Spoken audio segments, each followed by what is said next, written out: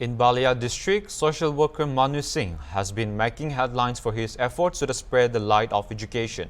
Since the COVID-19 pandemic, Singh has been offering free education to underprivileged children.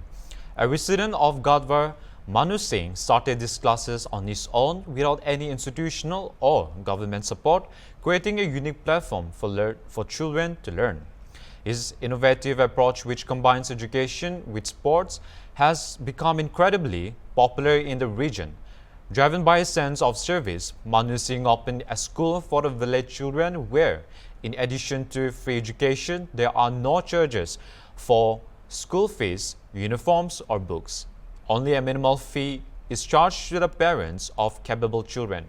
Currently, more than 700 children are receiving education in the school, with over 50% of them enrolled without any fees.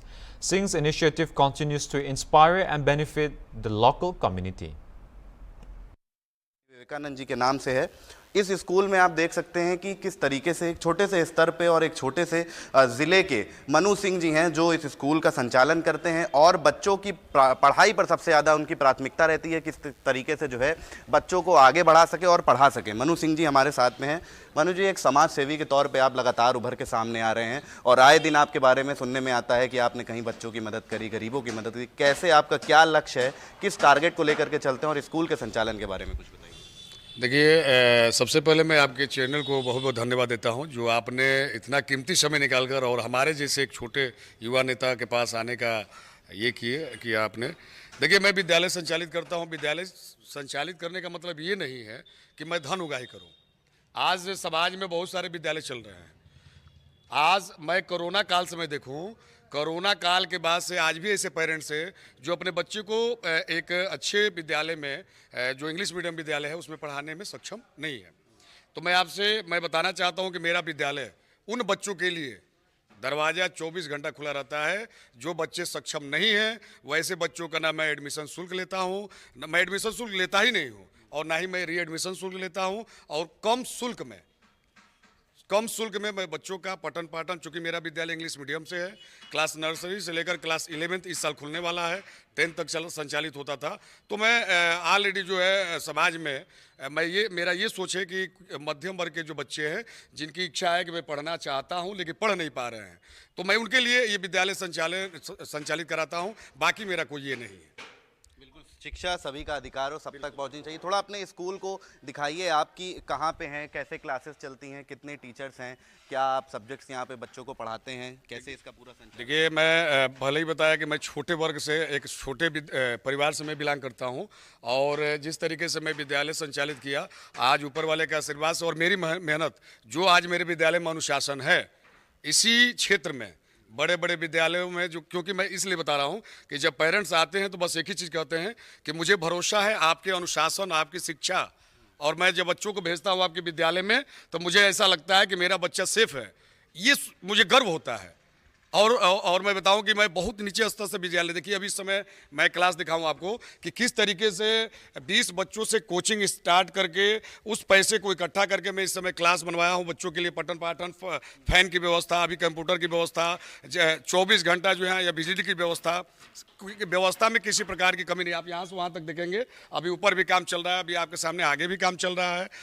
मतलब बच्चों को बेहतर से बेहतर जो व्यवस्थाएँ हैं, मैं प्रयास कर रहा हूँ कि आज जो डिजिटल सारी व्यवस्थाएं होती जा रही है मैं अपने बच्चों को दे सकूं। ये चीज़ें मेरा पूरा प्रयास है। बिल्कुल, वक्त के साथ बच्चों की हर तरीके की पढ़ाई का आप ध्यान दे रहे हैं। अभी आपने कंप्यूटर की बात करी और लाइट, बिजली की समस्या बलिया में देखा गया है कि कई प्राथमिक विद्यालय हैं जो कि सरकारी विद्यालय हैं, उसके बावजूद भी वहाँ पे बिजली नहीं पहुँची है। लेकिन आप खुद से संचालन करते हैं और आपने बताया बड़े कम स्तर की फीस वगैरह भी आपके यहाँ रखी हुई है। तो फीस स्ट्रक्चर क्या है और ये बिजली जो आप लाते हैं तो इन सब चीज़ों में कैसे पूरा मैनेजमेंट करते हैं और इसमें सब कुछ अपनी तरफ से करते हैं? देखिए, मैं बता दूँ, हम इस धरती पर आए हैं और जिन्होंने भेजा है, मैं उनके ऊपर अपनी आस्था बहुत ज़बरदस्त रखता हूँ।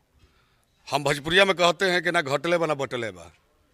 क्यों कह रहे हैं? क्योंकि देखिए, बिजली की व्यवस्था, क्लास की व्यवस्था, जिस तरीके ईश्वर की कृपा और आशीर्वाद से जो मेरी मेहनत थी, मैं निश्चित रूप से बता रहा हूँ कि जो मैंने इस समय क्लास दे रखा है, अभी 2-4 साल पूर्व में जाएंगे, कोरोना से पूर्व पहले चले जाएंगे, ये मेरे क्लास ऐसे नहीं थे।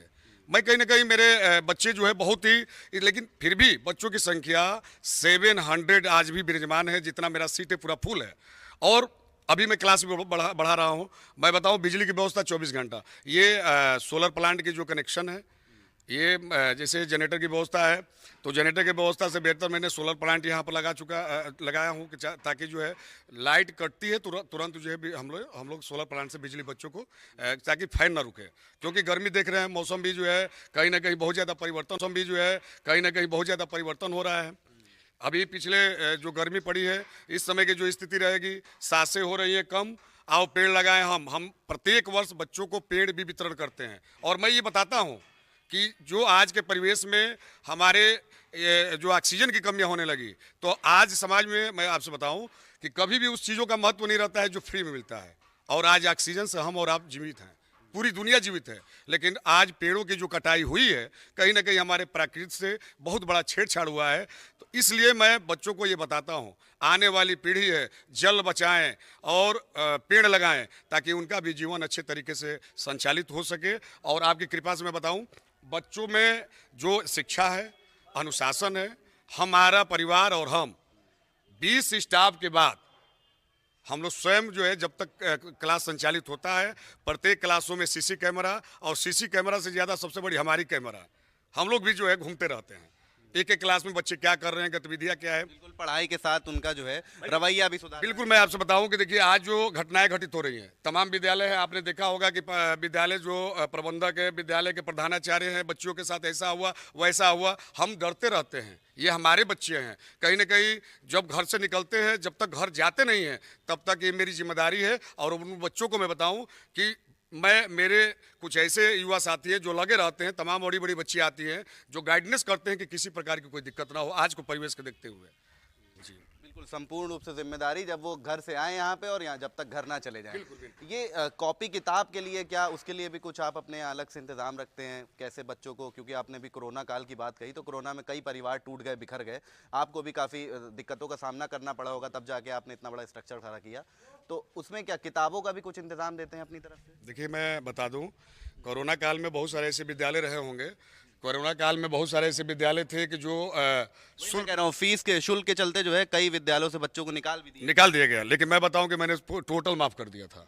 अब सुन लीजिए, वैसे बच्चे मैं आपके मीडिया के माध्यम से बता देना चाहता हूं, जिनके माता पिता नहीं हैं, जो बिल्कुल निर्धन है, जो कोरोना काल में जिस बच्चे के माता पिता इस दुनिया से चले गए, तो मैं आपके मीडिया के माध्यम से ये बता देना चाहता हूँ कि ऐसे बच्चों के लिए हमारे यहाँ बुक की व्यवस्था, ड्रेस की व्यवस्था और 1 रुपया शुल्क नहीं लगता है।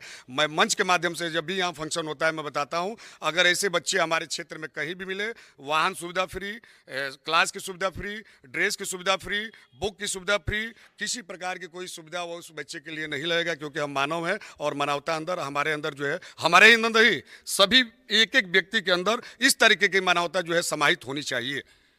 सबसे बड़ी हमारी यही कामयाबी है, क्योंकि देखिए, धन बड़ा नहीं, मन बड़ा होना चाहिए। और मैं एक प्रबंधक होने के नाते मैं बता दूं कि धन के लिए मैं विद्यालय नहीं चलाता हूं। इस समाज में जनता के एक एक जनता का दिल और मन को जीतने के लिए मैं अपने विद्यालय को संचालित